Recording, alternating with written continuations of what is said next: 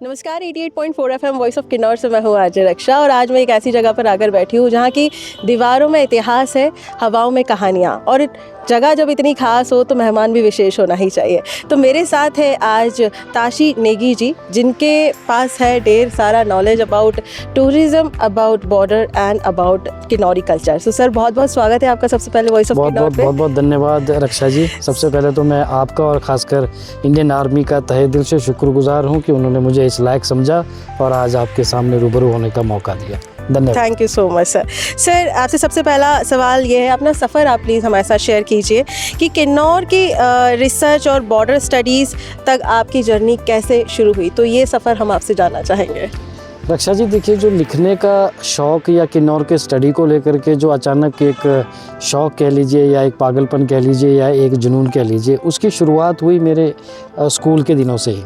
जब मैं intermediate classes में था तो मुझे किन्नौर का हर एक पार्ट अट्रैक्ट करता था। चाहे वो फेस्टिवल को मैं देखता था, फोक सॉन्ग को सुनता था और फोक टेल्स उन दिनों कहे जाते थे। सर्दियाँ होती थी तो बर्फ़ के दिनों में हमारे जो बुज़ुर्ग हैं, पिताजी थे, दादाजी थे, दादी थी, तो वो कहानियाँ सुनाती थी और बड़े अच्छे अच्छे कहानियाँ हम सुनते थे। वो सब चीज़ें मुझे मतलब मुझे ये लगता था कि भाई बहुत अच्छी चीज़ें हैं, लेकिन कहीं भी डॉक्यूमेंटेड उस ज़माने में नहीं थी। आज तो खैर बहुत जगह वो डॉक्यूमेंटेशन में आपको मिल जाता है। तो मैंने फिर उन चीज़ों को संग्रह करना शुरू किया। रक्षा जी उस समय मैं +1 में पढ़ रहा था यहाँ कल्पा में ही, और जब वो संकलित करना शुरू किया तो मेरा पहला फोकस था यहाँ के हमारे फोक सॉन्ग्स, जो ट्रेडिशनल हमारे फोक सॉन्ग्स होते हैं। बहुत ही खूबसूरत फोक सॉन्ग्स होते हैं और उनको मैंने संकलित करना शुरू किया। लगभग 48 के करीब जितने भी हमारे ट्रेडिशनल सॉन्ग्स हैं किन्नौर में जी, उनको पहले इकट्ठा करके उसको फिर ट्रांसलेशन किया हिंदी में। फिर जो फोक टेल जो हम सुनते थे उनको मैंने डॉक्यूमेंट किया और उसके बाद उसको ट्रांसलेट हिंदी में किया। फिर समस्या आई कि भाई इसको पब्लिश कैसे करें, और पब्लिश करने की जो समस्या थी तो जाहिर सी बात है कि उस समय कठिन भी था।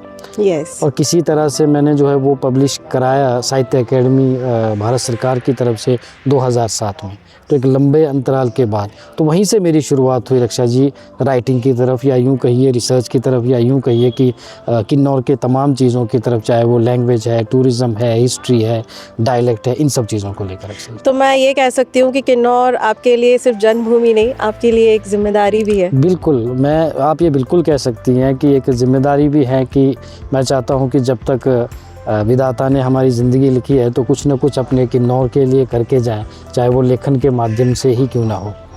ओके सर, अभी रिसेंट शिपकिला पास ओपन हुआ है फॉर टूरिज़्म।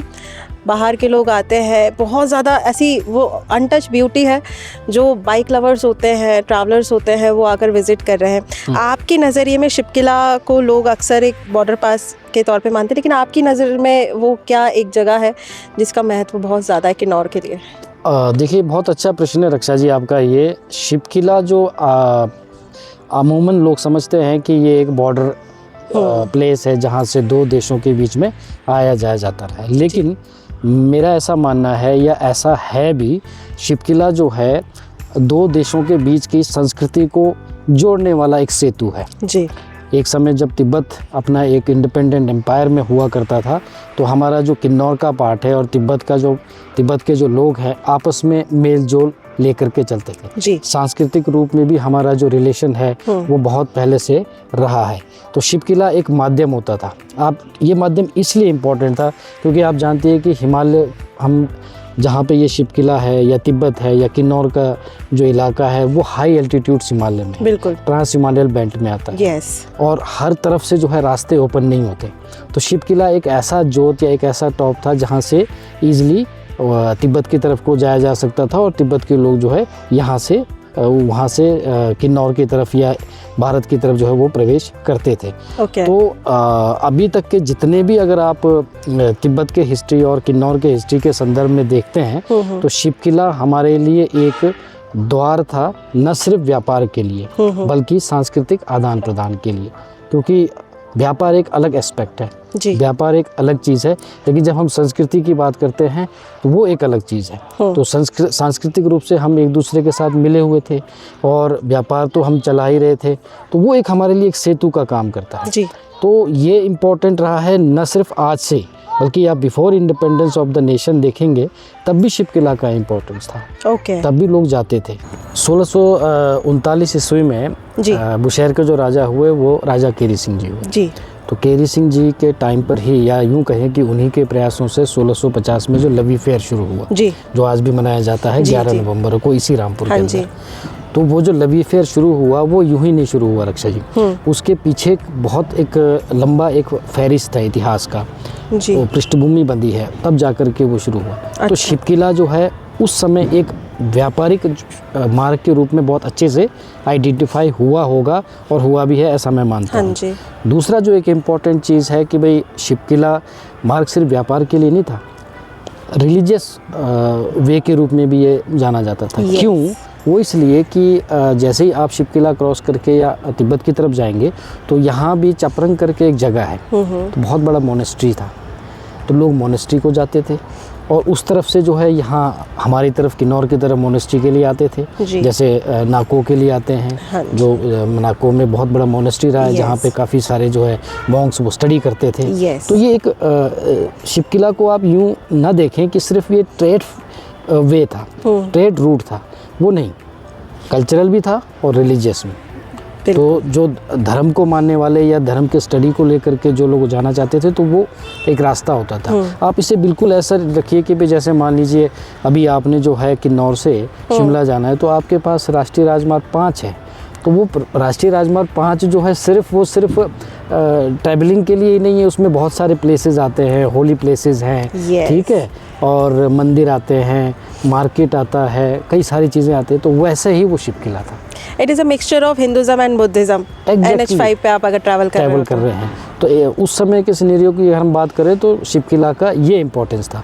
तो कंक्लूजन अगर हम करें तो आप ये मान के चलिए रक्षा जी कि शिप किला जो था वो कल्चरल, ट्रेड और रिलीजियस तीनों एस्पेक्ट के लिए बहुत इम्पोर्टेंट वे हुआ करता था। ओके जी। आज के यूथ को शिप किला की कहानी कौन सा पहलू आप समझाने चाहेंगे? मैं तो ये समझता हूँ कि यूथ के लिए तो इम्पोर्टेंट ये है कि बहुत सारी किताबों में शिप किला के बारे में कुछ हमारे अंग्रेज़ राइटर्स ने भी लिखा है, इंडियन राइटर्स ने भी लिखा है, पहले तो उनको पढ़िए जी, ठीक है। और दूसरा तिब्बत के, वेस्टर्न तिब्बत के, खासकर वेस्टर्न तिब्बत के हिस्ट्री को जानिए, फिर किन्नौर के हिस्ट्री को जानिए। जब आप दोनों तिब्बत और वेस्टर्न तिब्बत और किन्नौर के हिस्ट्री को जानेंगे तो शिप किला का इम्पोर्टेंस आपके सामने निकल कर आएगा। यूथ को ये जानना चाहिए शिप किला सिर्फ हमारे लिए वो एक ट्रेड वे नहीं रहा है। मैं वही कह रहा हूँ कि ship Qila is a heritage for us. Yes, वो हेरिटेज वे है, यानी कि एक ऐसा मार्ग जहाँ से हमारे जो है पूर्वज न सिर्फ व्यापार करते थे, पढ़ाई लिखाई के लिए जाते थे, बहुत सारी और भी जो है सामाजिक, आर्थिक, धार्मिक जो भी चीज़ें हैं वो उसी वे में होता था जी। तो यूथ को चाहिए, खासकर जो हिस्ट्री में इंटरेस्ट रखते हैं, खासकर जो अपने इलाके, अपने क्षेत्र से प्यार करते हैं या अपने क्षेत्र को जानना चाहते हैं, उनके लिए तिब्बत और किन्नौर को दोनों के कल्चरल और हिस्टोरिकल इम्पोर्टेंस को समझना चाहिए, पढ़ना चाहिए। और दूसरी एक बात ये भी है रक्षा जी कि मान लीजिए कभी किन्नौर के किसी यूथ को शिप किला की तरफ जाने का मौका मिलता है, नमगिया गांव नज़दीक पड़ता है, वहाँ जाने का मौका मिलता है, या चांगो गांव जाने का मौका मिलता है, तो वहाँ के बुज़ुर्गों से मिलिए, उनसे बात कीजिए कि आप जाते थे या आपने सुना है कि भाई कैसे जाते थे जी। वो ज़्यादा बेहतर बता सकते हैं कि भाई हम जाते थे तो किस महीने में जाते थे, क्या डिफ़िकल्टीज़ होती थी, क्या फॉर्मेलिटीज़ होती थी। तो वो इंटरेस्टिंग एक जो हिस्ट्री का जो चैप्टर का पार्ट है वो अपने जहन में स्टोर कर पाएंगे। और मैं समझता हूँ कि कहीं ना कहीं वो रिसर्च पॉइंट ऑफ व्यू से भी हो सकता है रिसर्च हो, तो यूथ के लिए ये इम्पोर्टेंट है क्योंकि वो हेरिटेज है। और बीइंग ए किन्नौरा, किन्नौर के यूथ को तो जानना ही चाहिए शिप किला के इम्पोर्टेंस के बारे में, डेफिनेटली, है ना। यस, मतलब रील्स एंड ब्लॉगिंग से अगर बाहर निकल के देखें तो किन्नौर में वो कहानियाँ हैं जो ऐसे हिस्ट्री की बुक में, रिसर्चर्स में नहीं मिल पाएगी, क्योंकि जो हमारे पूर्वज हमें बता पाएंगे और वो अभी लिमिटेड ही हैं। बिल्कुल बिल्कुल, नामगिया गांव में है, शांगो गांव में है। मैंने काफ़ी लोगों से बातचीत भी करी है। जब शिप किला टूरिज्म ओपन हो रहा था तो उनकी नज़र में वो 13,200 फीट की ऊंचाई है ही नहीं, वो उनकी नज़र में उनका कल्चर है, उनका कल्चर है। यस, और culture अभी है। जो लोग आते हैं वो सिर्फ उनका एक अट्रैक्शन पॉइंट है कि हम वर्ल्ड्स हाईएस्ट रोड्स देख रहे हैं, डेंजरस रोड्स देख रहे हैं, second highest mountain peak of Himachal Pradesh वो बिल्कुल, वहाँ पर नज़र आ रहा है। बिल्कुल। तो लोगों को हम इन सब के परे अगर देखें तो कहानियाँ जानना ज़रूरी है, अगर बहुत आप ज़रूरी किन्नौर है। और शिपकिला को जानना बिल्कुल, चाहते हैं। बिल्कुल। इसलिए आपने देखा होगा ना कि शिपकिला को किन्नौर के जो लोग हैं वो एक होली माउंटेन के रूप में भी देखते हैं। Yes. वहीं साथ में जो है एक सोमंग करके बहुत Yes. वेल नोन तीर्थ है। Yes. तो वो जो सारे जो प्लेसेस हैं वो सिर्फ हमारे लिए नॉट ओनली फॉर यूज़, वो हमारे लिए सब, हम उसको एक अलौकिक शक्ति के रूप में भी मानते हैं। जी। हम उसकी वर्शिप भी करते हैं, पूजा भी करते हैं। कहते हैं मैंने कि 4 धाम के बराबर एक धाम वो बुद्धिज़्म में माना जाता है। बुद्धिज़्म में माना जाता है। एग्जैक्टली। तो सर आज हम पद्म पैलेस पर हैं और यहाँ की भी हिस्ट्री किन्नौर के बारे में बहुत कुछ कहती है। यहाँ बैठकर बात कर रहे हैं तो मुझे आपसे तिब्बत के साथ क्या हिस्टोरिकल संबंध है पद्म पैलेस का, ये थोड़ा सा बताइए। तिब्बत के साथ अगर हम पद्म पैलेस की बात करें तो बहुत गहरा संबंध रहा है। वो इसलिए कि आप, जैसा कि मैंने अभी आपको थोड़ी देर पहले कहा रक्षा जी, कि 1639 में राजा केरी सिंह जो है वो शहर रियासत के राजा बने।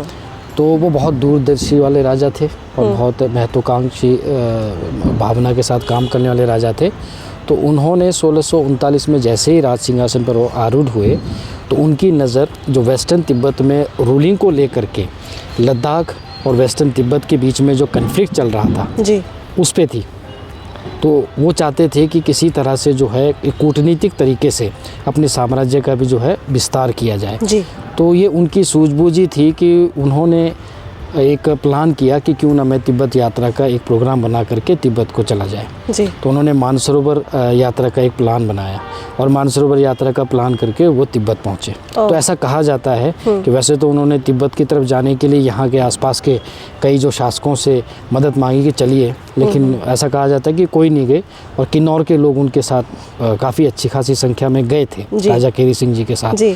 और जैसे ही वो वहाँ तिब्बत में पहुँचे तो तिब्बत के सेनापति थे गलदन छेबम, उनसे उनकी मुलाकात हुई और दोनों में एक हिस्टोरिकल ट्रीटी हुआ। थैंक यू सो मच हमसे बातचीत करने के लिए वॉइस ऑफ किन्नौर के चैनल पर। Thank you so much.